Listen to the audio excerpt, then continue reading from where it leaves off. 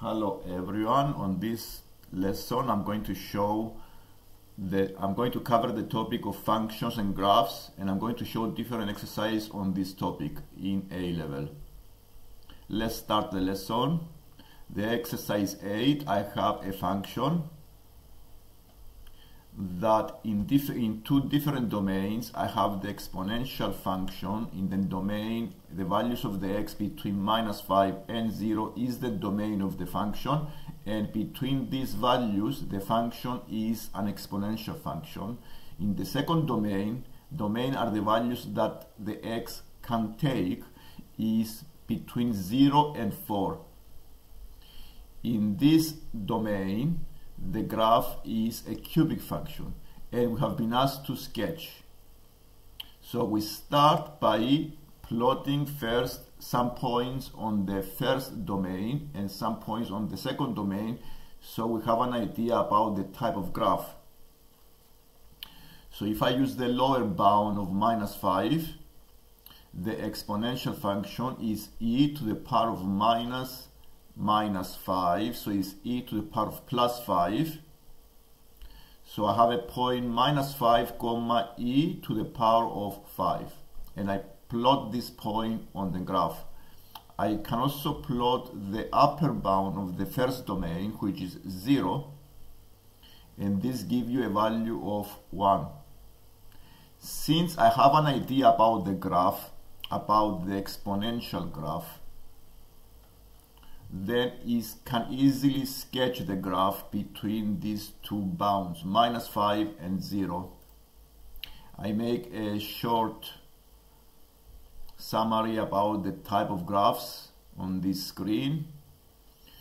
If I have the exponential to the negative power of x, then towards plus infinity the horizontal axis becomes an horizontal asymptote, and you see that it goes towards 0.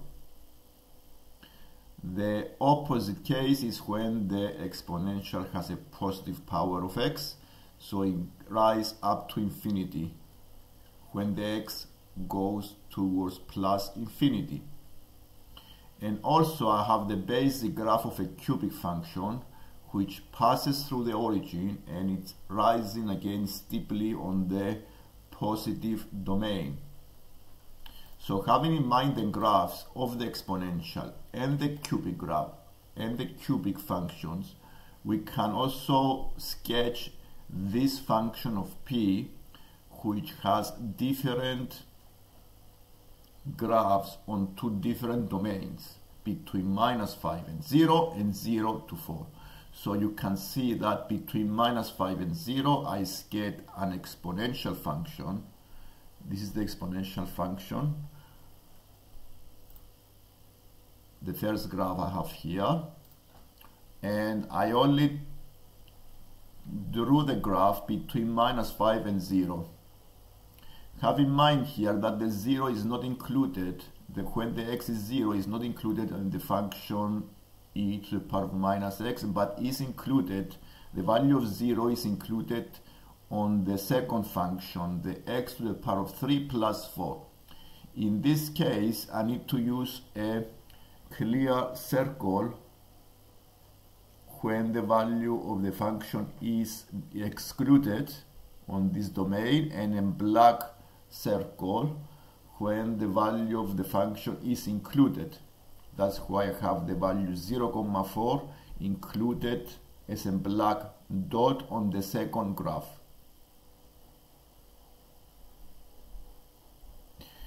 And we sketch the graph of p bracket x between these two different domains.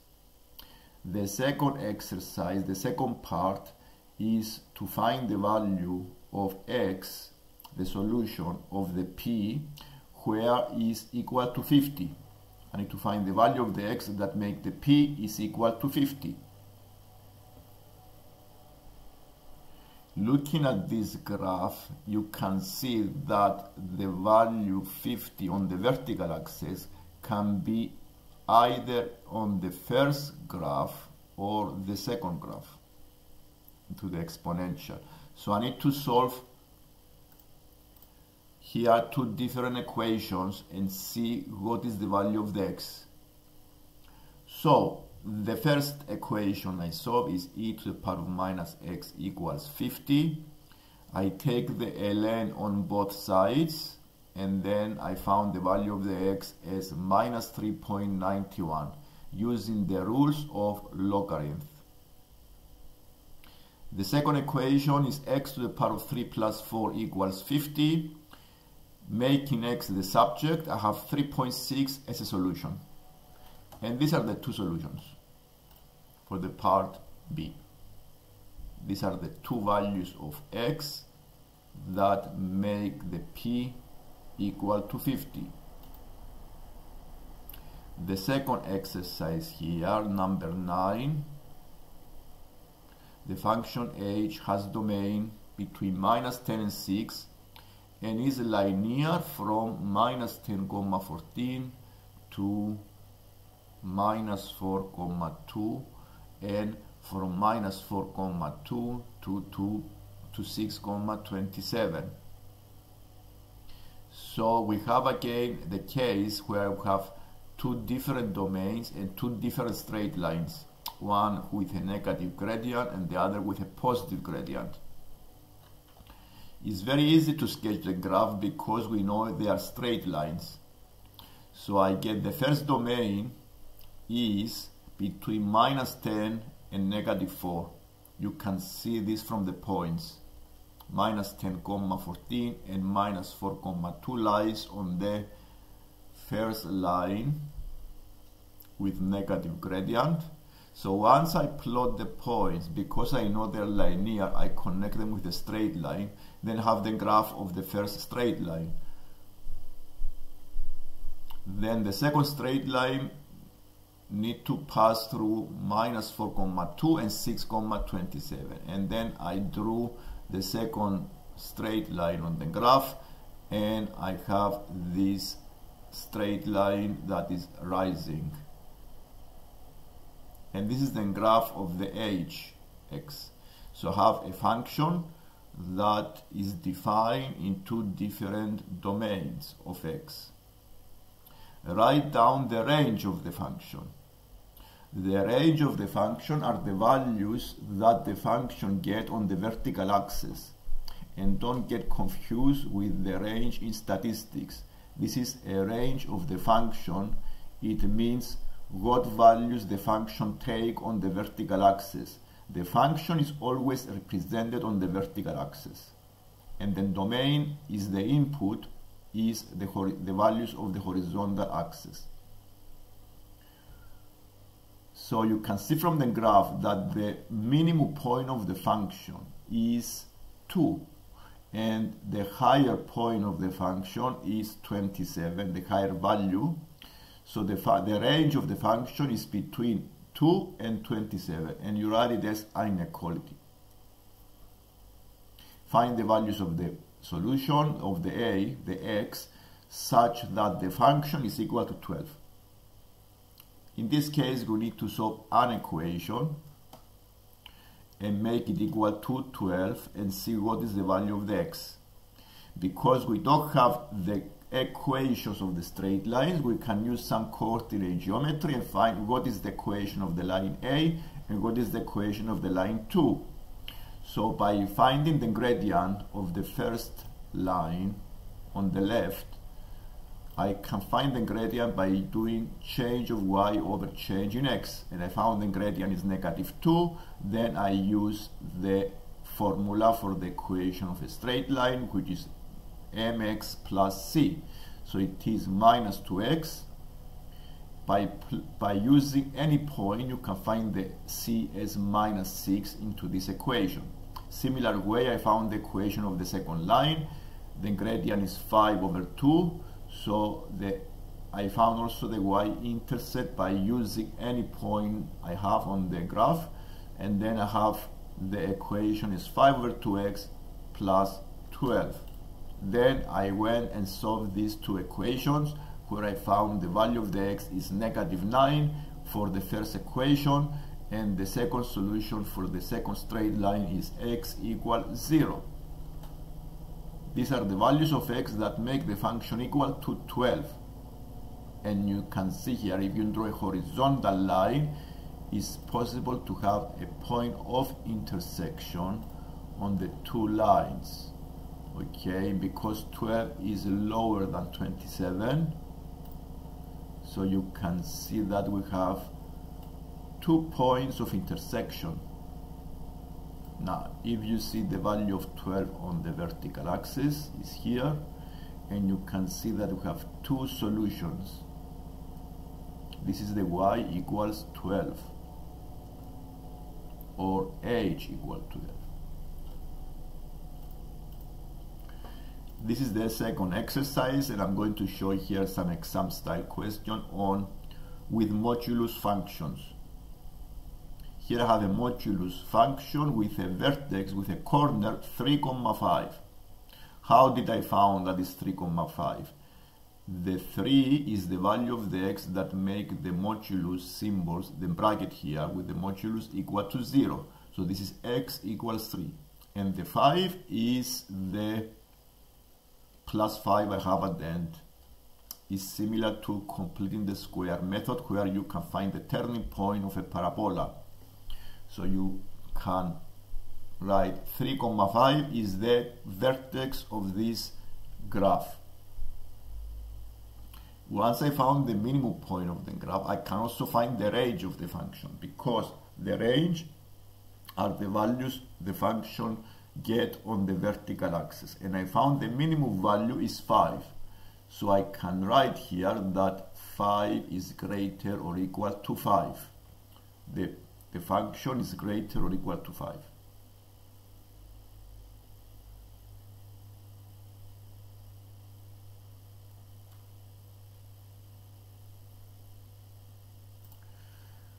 And now, this is an example I make here by using the method of completing the square, of how to find turning points. In this case, I have a parabola, and I use the method of completing the square to find the minimum point of the parabola, the turning point. So I write as x plus 5 over 2 bracket squared. I subtracted the 5 over 2 squared, and I replace this with the plus 6 because I want to make these two identical. And this gives you x plus 5 over 2 bracket square minus 1 over 4. In this case, the minimum point of the parabola is minus 5 over 2, comma, minus 1 over 4. And once I have the minimum point, I can easily find the range of the parabola, and the range of the parabola is greater or equal to negative 1 over 4. So the method are a bit similar with this modulus function.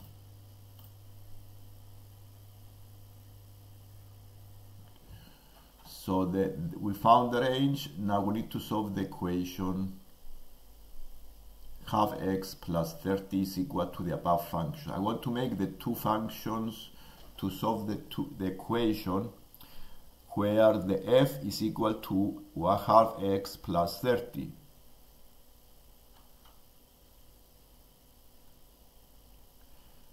Solving equations with modulus symbols, we need to examine the two cases where the function is positive, the 3 minus x, and where the function 3 minus x is negative. The first case is when the function 3 minus x is positive. Because it is positive, I remove the modulus symbol and I replace with brackets. And then I solve the equation that is a linear equation. You see, I did 6 minus 2x plus 5 equals half x plus 30. I times the bracket 3 times 2, 6, 2 times minus x is minus 2x. And I found the value of the x is negative 38. In the second case, I examine where the modulus function 3 minus x is, when the function 3 minus x is negative.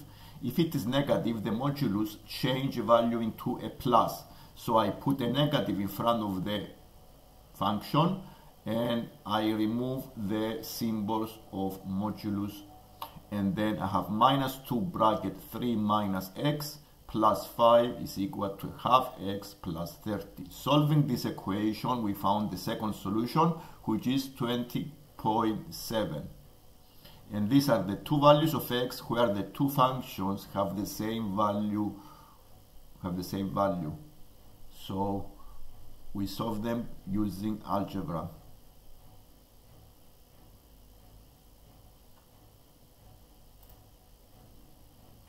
And to do the number C, says given that the equation f equals k, k is a constant, has two distinct roots. State the set of possible values of k. So, and one way to do this is to use the graph and find where the horizontal line, because y equals k, f equals k is a horizontal line on the vertical axis. You need to see where exactly is it cross the modulus graph.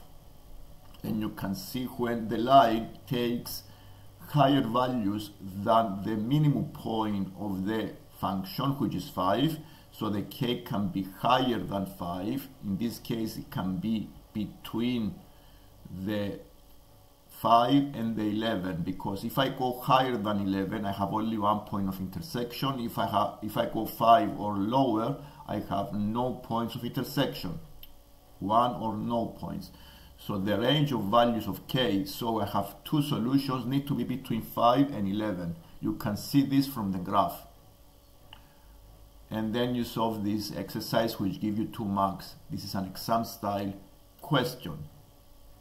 Okay, and this is basically, this is a question, is another question with modulus functions, where you need to solve the equation modulus 3 minus 2x equals 7 plus x. Then you follow exactly the same method as we did before by examining the two cases where the function is positive and where is negative, and find the solution.